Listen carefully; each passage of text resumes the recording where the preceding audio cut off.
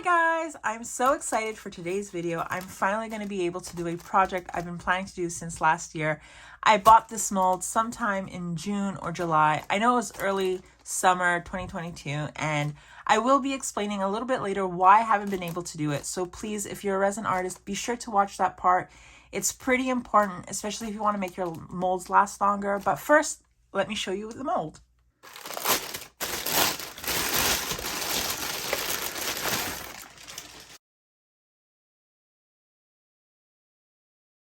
Okay, so the mold we're going to be working with is a Let's Resin skull mold. Now, if you follow resin content or you're a resin artist, I'm pretty sure you've seen this mold before. It seems quite popular, and yeah, this is actually going to be a gift for my husband. He loves this kind of knickknack. He loves anything to do with skulls, dragons, and I thought this would be a cool little thing for him to put on his bookshelf.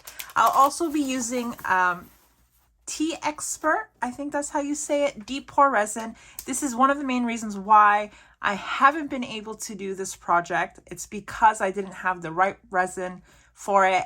But first, I do want to give you guys a quick look at the resin I'll be using. I think it is pretty important because if you do buy this mold and want to pour it in one go, just like I will be, you do need a resin that can handle being poured in a thick layer. So TeExpert is a deep pour resin. They did send it to me for me to try, and somewhere along here it should say, oh yeah, right here, max cast deep is 4 inches. And I'm pretty sure this mold right here is about 4 inches, give or take. And it's important to have a resin that can be poured in thick amounts like that, or else it can ruin your mold and it can melt your mold. So I'm gonna go ahead, get set up, and we'll get started. Okay, so I've taken the mold out of the plastic. I have here a measuring tape. I wanted to quickly measure just so you guys can know how deep this mold is, and it's 3 inches. So if you do plan on buying this mold and do plan on pouring the resin in one go, please make sure that your resin can be poured in 3 inches. Yeah, does that make sense? Poured in 3-inch layers, that's it. So yeah, make sure that it can be poured thick like that, and to avoid getting your molds ruined. So the way I'm going to do this skull is I'm going to use a Chameleon powder.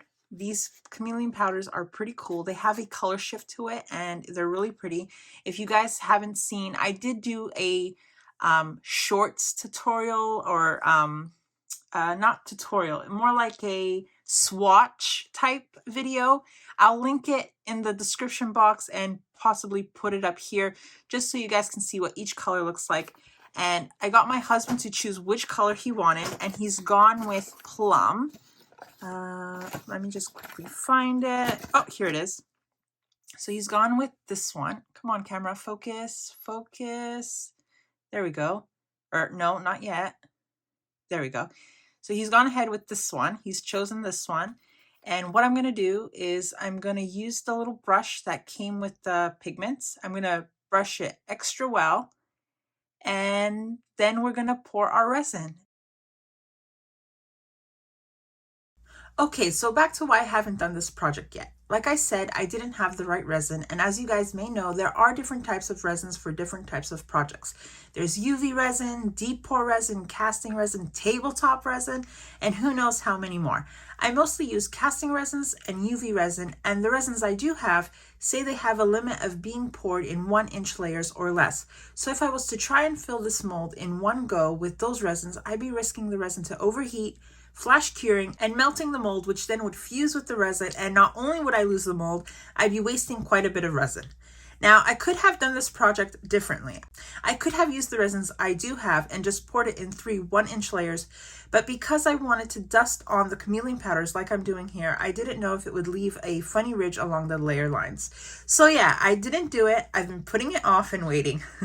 I honestly didn't want to risk wasting so much resin. I have ruined a few molds in the past because I overheated the resin, and it really does suck wasting this stuff.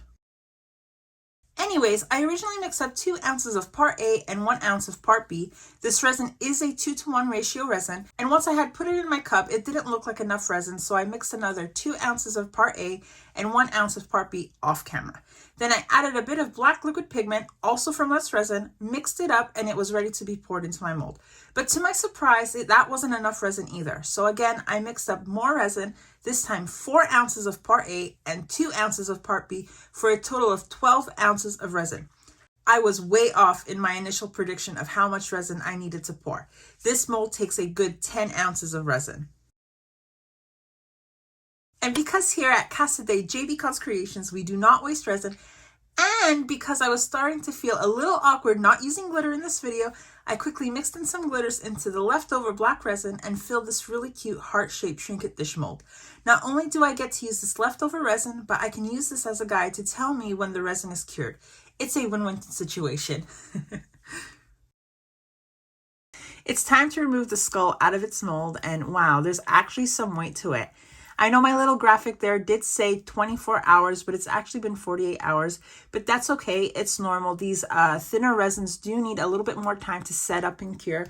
I have gone ahead and demolded that little trinket dish. Everything looks good. Everything's cured up. No fingerprints. The edges are still a little soft and bendy, but I think it's just because it's pretty thin and it may need a little bit more time to cure. So we're going to go ahead and demold the skull, and I'm really excited to see how it looks. Okay, so I may need to speed this up just because I think it's going to take me a little while to demold. So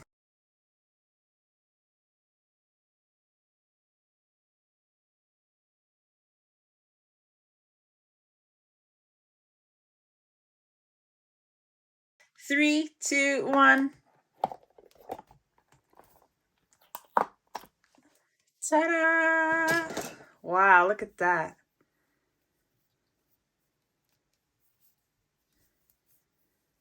Isn't that so cool how like the pigment, like you can see here, you see how the pigment was going on orange, but it's actually purple with a color shift to blue? How cool is that? I will have to sand this down a bit. There is a bit of a sharp edge, but I'm really happy that I can't see any air bubble cavities, and I'm absolutely loving the color shift from the blue to the purple, or purple to the blue, whichever one you want to say it is, and it looks really, really cool. Before I go, I just wanted to quickly get my scale so we could weigh this. I'm really curious to see how much it weighs. It does feel somewhat heavy, so let me focus, get that in focus, and 348 grams of resin. Wow, that's almost a pound of resin. That's awesome.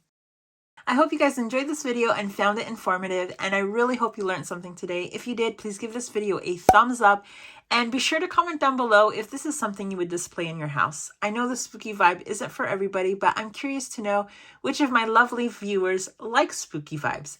I'm off to give this to my husband, and I really hope he really likes it. If he doesn't, that's okay. I found the perfect place for it. And yeah, he might end up without a knickknack. Thanks so much for watching, and I'll see you in the next one. Bye, guys.